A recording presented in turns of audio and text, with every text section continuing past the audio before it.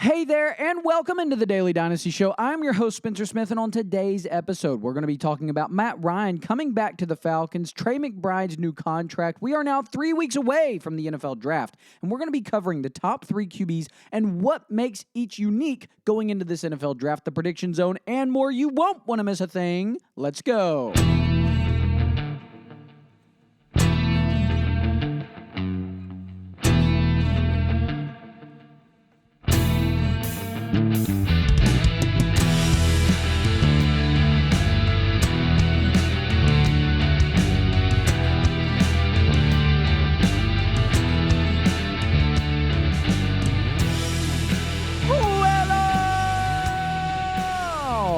Then. How are we doing and how are you doing on this Wednesday, April 9th of 2025? What a day and what a week this has been. Here we are in the middle of this week. How are y'all doing? How are you doing? I am just getting back from vacation. So I know last week, if you listened to last week's episode, you would have known that me and my wife, we were going to Orlando. And we were going to do Run Disney and also go visit some of the Disney parks. And that went swell. We did a 5K on Friday, a 10K on Saturday, and a 10-mile run on Sunday, doing what's called the Springtime Surprise Challenge for Run Disney, where we not only got the medals for each race, but we also got a challenge medal. And that officially concluded the Run Disney race season. So from now until October is the off season of this period. And then it picks back up in October. They've got an event in January, in February, in April, and that is their season. So we will be looking forward. We've already signed up for the October events, which is a 5K, a 10K, and a half marathon in October. We have also already signed up for the January events, which is the only time they do a full marathon down in Orlando, with Run Disney, that is. And it's a 5K, a 10K, a half marathon, and a full marathon, 48.6 miles in 4 days. Run Disney calls that their Dopey Challenge. So we signed up for that. It's going to be our first time ever. First of all, it's going to be my first time even doing a full marathon. October will be the first time we've ever done a half marathon. And so it's going to be, our training starts this weekend actually. So on Sunday, we will be starting the training for all of that. And it is about a 7-month training to be able to do the 48.6 miles in 4 days effectively. So training starts Sunday. But again, like I said last week and like I have said before, I know a lot of you guys, some of you do, but a lot of you do not care and could care less what's going on in my personal life. But before we get too deep into this episode, I do just want to give a quick shout out and thank you to the sponsor of today's episode, Prediction Strike. Prediction Strike is the world's first fantasy sports stock exchange where it, quote, pays to be a fan. Have you ever heard your favorite sports personality say they had stock in that player since day one? Well, Prediction Strike makes that a reality. With the lowest fees in sports at 2.5%, you can start trading today. Thousands of people are already participating. It's time you put your sports knowledge to work and do the same. Get in on your favorite players, the next superstars, and the players you know are being slept on. You can use code DDS right now when you sign up. Not only does it help us, but that lets them know that we sent you. And when making that first deposit, make sure you use code DDS when making that first deposit. Again, it is code DDS, capital D, capital D, capital S, DDS when making that first deposit. That way you can get a deposit match bonus of up to $200. Thank you to Prediction Strike. Well, let's just jump in right here, shall we? The Falcons are bringing in Matt Ryan to help mentor QB Michael Penix Jr. this offseason. Raheem Morris, the coach of the Falcons, told Cameron Wolfe, saying, quote, "We plan to get former quarterbacks in his ear working with him, including Matt Ryan, to get him through the process of what it's like going through a whole offseason as a starter. I want to know what his arm routine is. I want to know what he's eating, where he's traveling, how many days a week he's working out, because we think this guy has so much promise, so much poise," end quote. I'm excited about Michael Penix Jr. That was the end of the quote there. I am so excited about Michael Penix Jr. being the starter of the Atlanta Falcons. I think, everybody says the same thing. Hindsight's always 20/20. We all know now, okay? Last offseason before the draft, they've brought in Kirk Cousins on this $180 million deal, right? So the draft, they're clearly either going to go tackle, either going to go defensive line, either maybe they even go Malik Neighbors, Aroma Dunze maybe. Now, of course, we know none of that happened. And on draft night, with the 8th overall pick, the Atlanta Falcons select Michael Penix Jr., which was the shock of the night. Like, no doubt about it. Make no mistake, the shock about it. The shock of the night was Michael Penix Jr. going to the Atlanta Falcons. Now, of course, hindsight, we will come to know that, of course, Kirk Cousins was never ready, never fully healed to be the starter in Atlanta. So it was a gruesome mistake that they ever gave Kirk Cousins that money. Was it a gruesome mistake that they got Michael Penix Jr. at 8 overall? Time will tell. I don't think so. Now, do I think he's this illustrious, incredible, great, wonderful already quarterback? No, but I do see the promise. I do see the potential. And I think that Michael Penix Jr., being the starter of the Atlanta Falcons, is going to be very fun to watch. I love his game. I think he's athletic enough to get it done. He's not necessarily like a run first or pure running quarterback. He's like a Brock Purdy in his athleticism, in a sense that when it's needed, he can do it. When it needs to be done, he can get around the pocket and escape. Is he that Justin Fields type runner? Is he that Jalen Hurts? Is he that Lamar Jackson, Josh Allen? No. Is he athletically that Brock Purdy, that Patrick Mahomes? Yes, that is what he is athletically, and arm-wise, he's got a good arm. He's got a great arm. I like Michael Penix Jr. I'm excited about it. Let's move on here. Eagle star cornerback Cooper DeJean on defying the stereotype of what a white man can't, or that a white man can't play cornerback via the pivot. Saying, quote, I need to work hard. If I had dreams that I wanted to accomplish, I had to work hard at those things. There were a lot of sacrifices growing up that I had to made to be able to push myself to get to this point. It wasn't easy. But I hope that where I come from, that I inspire those kids back home. End quote. Cooper DeJean, I love quotes like this from players, from people that had to sacrifice to make, their dreams come true, to make that leap, to make that reality, right? To make that dream become a reality. I love these quotes. It's always incredible to see. Moving on here, we have got the fact that it's starting to feel like the Browns and the Giants will not be taking a quarterback with their top pick per Adam Schefter. Both teams like a long-term solution at quarterback, but this year's QB class is not viewed as a strong one. And with the best option, Cam Ward, likely going number 1 overall, it would leave that Travis Hunter or Abdul Carter are going to be the 2 players taken if the Browns and the Giants are still at 2 and 3 by the time they make their picks. That is incredible to see. I think that Shedeur Sanders is going to fall in this draft. Week by week, this changes. We get new information. We get new stems of info coming from these coaches and the meetings and the scouts and yada, yada. I believe that Shedeur Slippers is going to Sander. I believe that Shedeur Sanders is going to slip. I believe he will still be a first-round pick, but is it going to be top 3? I don't think so. And before Geno Smith got extended, which is something that happened while I was on vacation, the Raiders and newly acquired Geno Smith agreed on a 2-year deal. So before that extension happened, I was pretty confident that if he slipped down to the Raiders, hey, maybe they take him. If they don't take Ashton Genty. We've all seen that comment. Go listen to the episode last week and you'll see exactly what I'm talking about. But now, okay, where does Shedeur Sanders go? And we're going to get into that later in the episode when we're talking about these 3 quarterbacks. Nevertheless, it's just interesting to see that. In other news here, Ole Miss quarterback Jackson Dart visited with the Cleveland Browns and Las Vegas Raiders. So Dart also has spent considerable time during this interview process with the Giants, the Saints, and the Rams. We'll come back to the Rams. That's interesting. That is interesting. Some other things that happened while I was on vacation, the Patriots trading promising young quarterback Joe Milton to the Cowboys. This is interesting.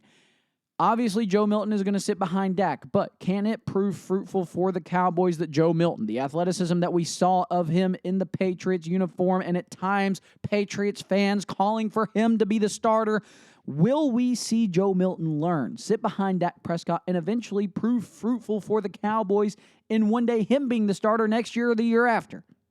I don't know. We'll have to see. He was always, I see Joe Milton as a less polished Anthony Richardson. So if that's saying anything, probably not. But it's always fun to speculate. Am I right in the last bit of news here? Actually, we got a couple of things. Okay.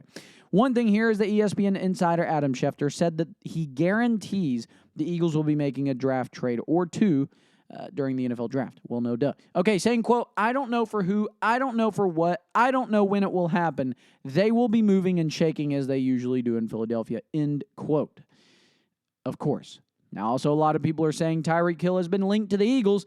Ain't no way.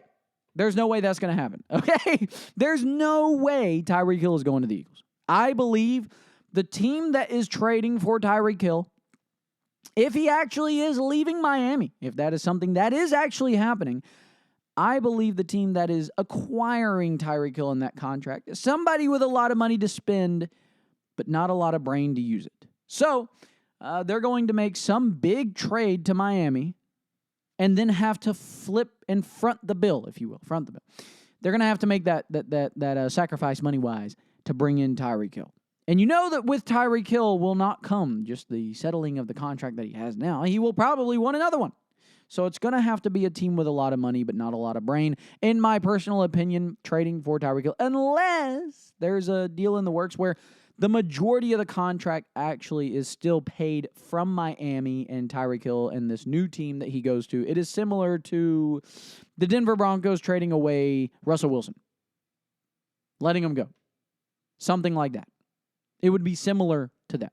Last bit of news here while I was on vacation, the Cardinals and star tight end Trey McBride reached an agreement on a 4-year, $76 million extension per Adam Schefter. He is now the highest paid tight end in NFL history. And I love Trey McBride.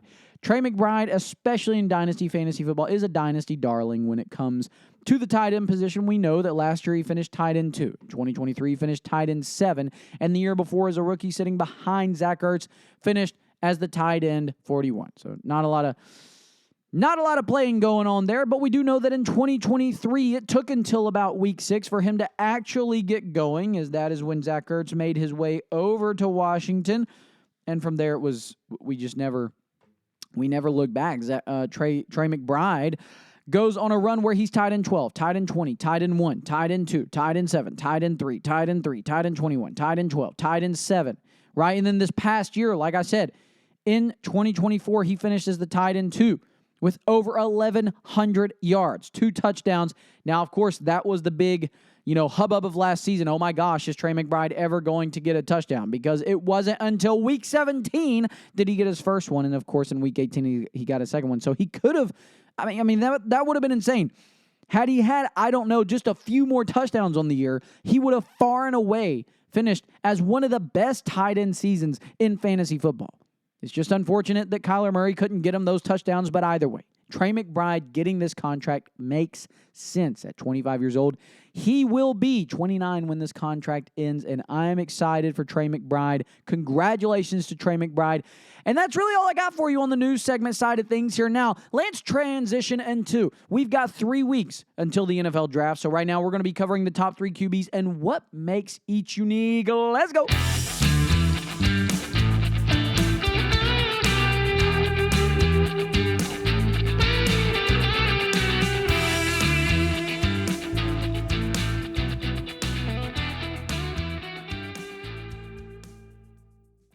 Let's start with Cam Ward, the consensus not only number 1 pick in the draft, but of course the number 1 overall QB prospect in this draft. I do want to start with some of the red flags. Of course, he is a 23-year-old rookie. He's been to 3 different schools. Now, even though that's becoming more and more common with the transfer portal, yes, it's still a thing. Managing the pocket is something he's always done below average, in my opinion, in the past, and is something he still needs to work on, but with a 15.9% pressure to sack ratio, that's definitely a good step in the right direction of moving forward, okay? That's definitely good, but his relaxed nature in the pocket is a good thing. It's also a bad thing. It's something that is much easier able to get away with, rather, in the college game, whereas in the NFL, it might prove much more difficult to be as lax as he is with his footwork than he otherwise should be. Now, of course, like I said, the relaxed nature could be a good thing. That's his ability to not be stressed out when the pressure is coming, to not be stressed out with these different coverages. That is a good thing, but like I said, it can be a red flag. But what makes him unique in this draft class? I believe his processing is far and away the best of all the QBs in this draft class. His ability to hit any and almost every throw on the field at will, it almost seems just as special. I mean, it's incredible. And what we shouldn't forget either is that he could have went to the NFL last year. This is probably the most unique thing about him, is that he could have went to the NFL last year, but with a grade that was around the 5th or 6th round going last offseason, he decided to bet on himself, go to Miami, and look at how that turned around. From a third day at best draft prospect, to now more than likely being the number 1 overall pick in the NFL draft. That is an insane story. I'm excited about Cam Ward and what he can do potentially. We'll have to see what happens if there's a trade. If not, what happens? But more than likely, he's going to the Titans. I'm excited about it. I don't know how that's going to work. This head coach, and I don't know. I don't know how that's going to work with Ward. His system is way different than what they did with Will Levis last year, but we'll see. We'll see. Nevertheless, I'm excited. Let's move on here to Shedeur Sanders. Some of the red flags. Takes more time than he should with making decisions. He holds the ball a little too long. Not all the time, but more than half the time, I'd say. Pocket management is a bit strange at times. Not his pocket passing, but his pocket presence, rather. Takes too many sacks. But he is right up there with Cam Ward. Dare I say, maybe even better with his pocket passing. His accuracy is incredible. We have seen time and time again over the last 2 years, more specifically in 2024. But nevertheless, the improvement in his accuracy, the improvement in his touch, in his mechanics. Like I said at the top, we have seen Shedeur Sanders is slipping in this draft. And I don't know where he's going to go. I don't know because, at first it's like, okay, does he go to Cleveland? They haven't really figured that out yet. Okay, but not the Giants, even though he did wear those Giants cleats. He's been linked to New York multiple times. But they've got Jameis. They've got Russell. Now, both of those contracts, Russell's only there for a year. Jameis is, yes, under a 2-year deal, but it's so cheap. Both of those contracts do demand the thought process that Shedeur could come in. It really wouldn't hurt anything. He'd have to sit for a year.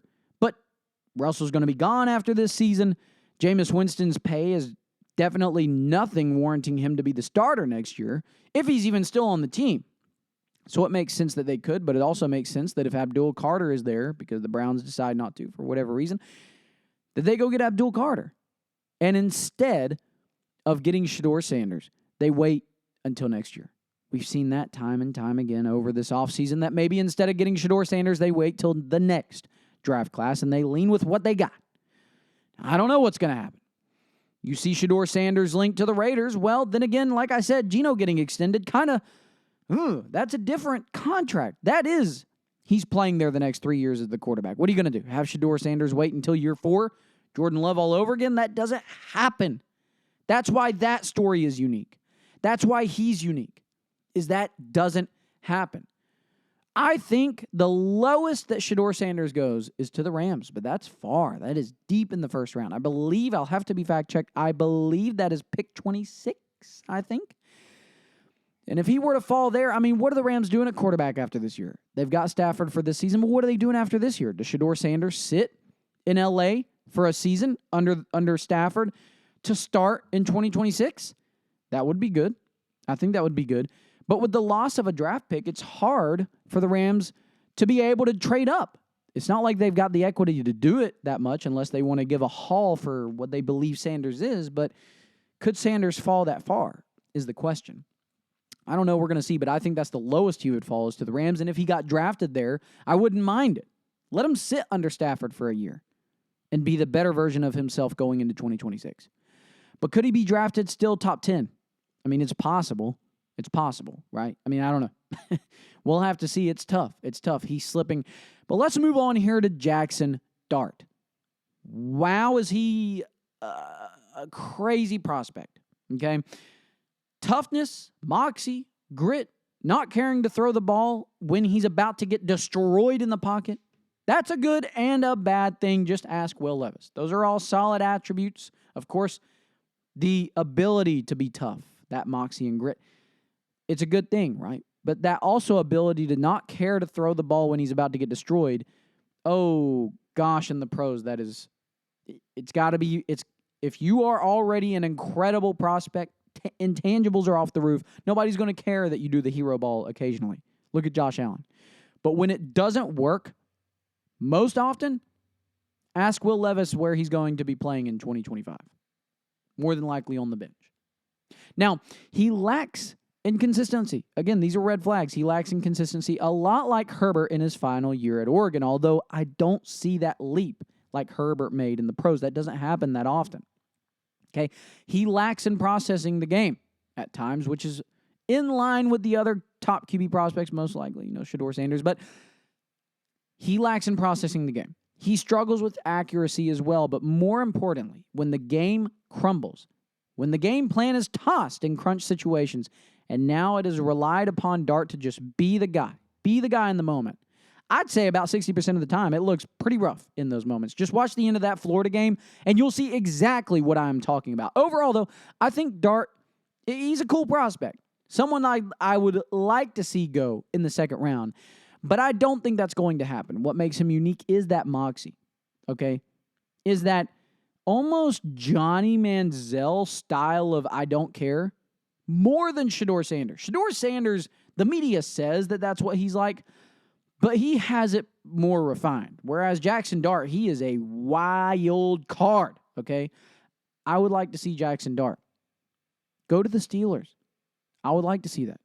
And honestly, I've said it before, I'd like to see him go to the Jets, maybe early in the second round. He won't last that far, but I'd like to see it happen, sit behind Justin Fields for a year, and then start in 2026. I don't think there's a place he needs to go where he's the immediate starter. Honorable mention out to Tyler Shough.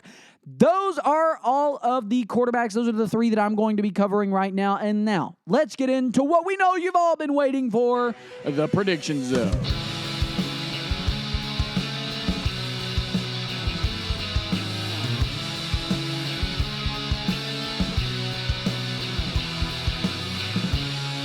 Alrighty, well, here in the Prediction Zone, we will be making some predictions on some of these players and their fantasy finishes, or sometimes it's been where are they getting drafted, or maybe what could happen, what other players are coming in. Either way, we are going to be making predictions today about 4 different players' fantasy finishes, higher than, lower than, and how that relates to their stock price over on Prediction Strike. And first up here is Bryce Young. I'm predicting that he has a year 3 leap and finishes a top 12 QB for fantasy.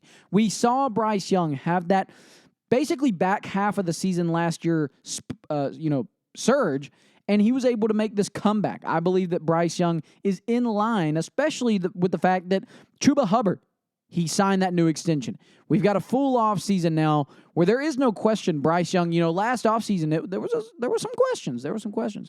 But if we look at after the bye week last year, okay, starting in week 12, QB 14, QB 8, QB 20, QB 18, QB 2, QB 19, and QB 1 against Atlanta in week 18. 25 of 34, 251 passing yards, and 3 touchdowns, no interceptions. After the bye week, he threw 3 interceptions total, okay? The amount of touchdowns after the bye week was 11. 11 touchdowns to 3 interceptions after the bye week in multiple games. I mean, let's look at these passing numbers starting in week 12. 263 yards, 298 yards, 191, 219, 158, 203, and finishing the season as the QB1 on the week with 251 passing yards and 24 rushing yards and 2 rushing touchdowns. Okay, he added that to his arsenal after the bye week. So not only did he have 11 passing touchdowns, he had 5 rushing touchdowns after the bye week. Bryce Young looked completely different. That confidence was there. That moxie was there. But the thing that makes Bryce Young, the reason why after he got drafted and that entire draft offseason just a couple of years ago, he was being compared to Steph Curry, is the mental game that he has, okay? He's got that mental game.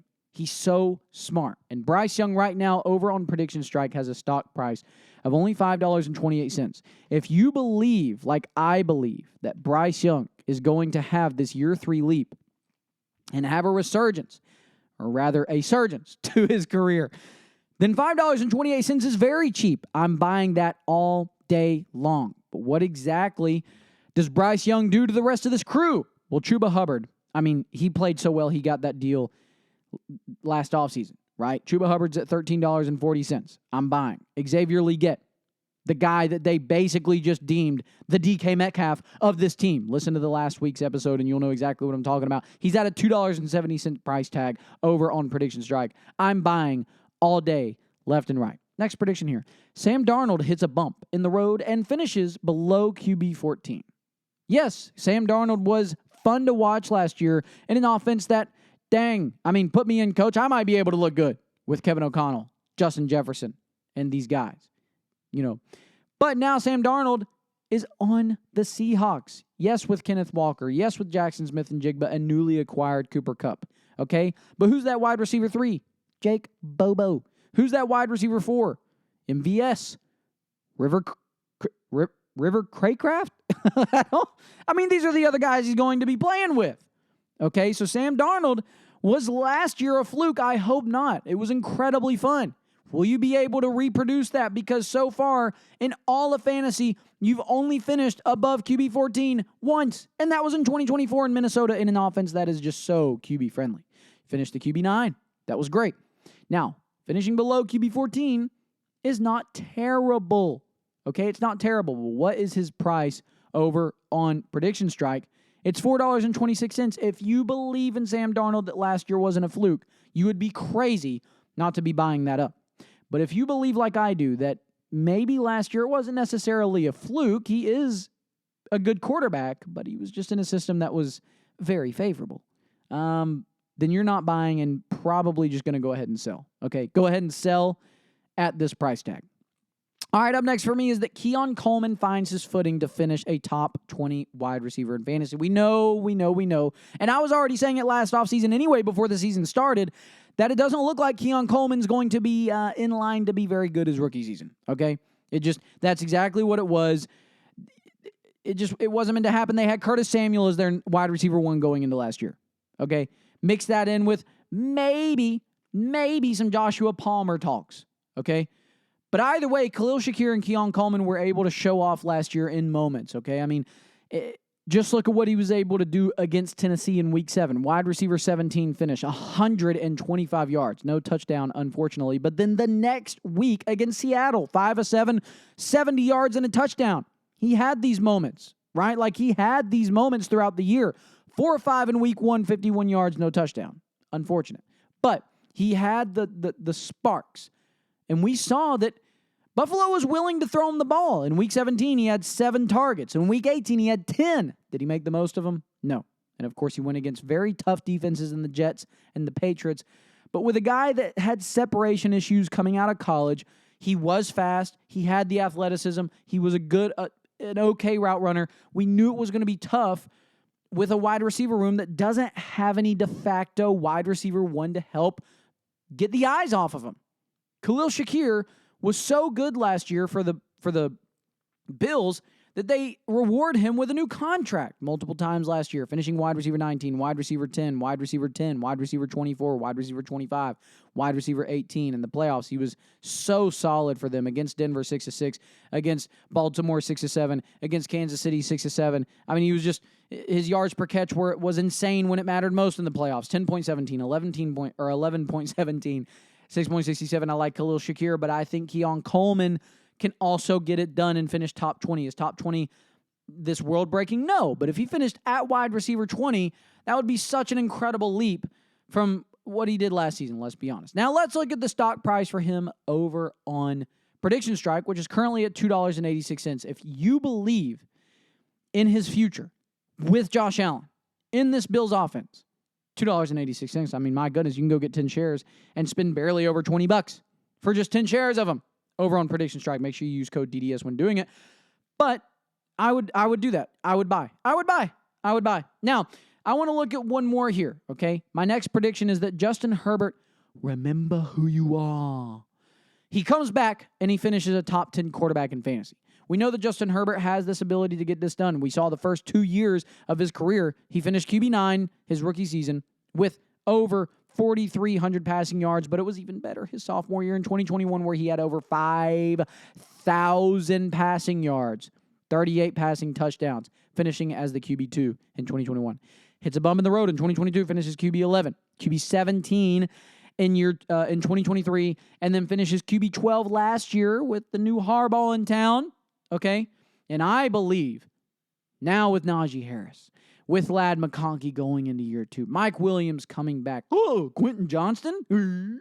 Maybe. We'll have to see. That was so stupid. But Justin Herbert, I can fully see it. My prediction is that he does. He comes back and he finishes a top 10 quarterback for fantasy. What's his stock price? It's $5.39. That's incredibly cheap. Almost feels wrong. But hey, we're going to take advantage of it because we are buying over on Prediction Strike.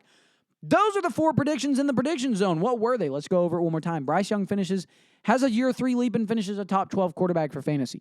Sam Darnold hits a bump in the road and finishes below QB 14. Keon Coleman finds his footing to finishing a top 20 wide receiver. And Justin Herbert, remember who you are. Come back and finish a top 10 quarterback for fantasy football. That was the Prediction Zone, brought to you by Prediction Strike. Make sure you use code DDS when making that first deposit over on Prediction Strike, and you will get a deposit match bonus of up to $200. Thank you to Prediction Strike.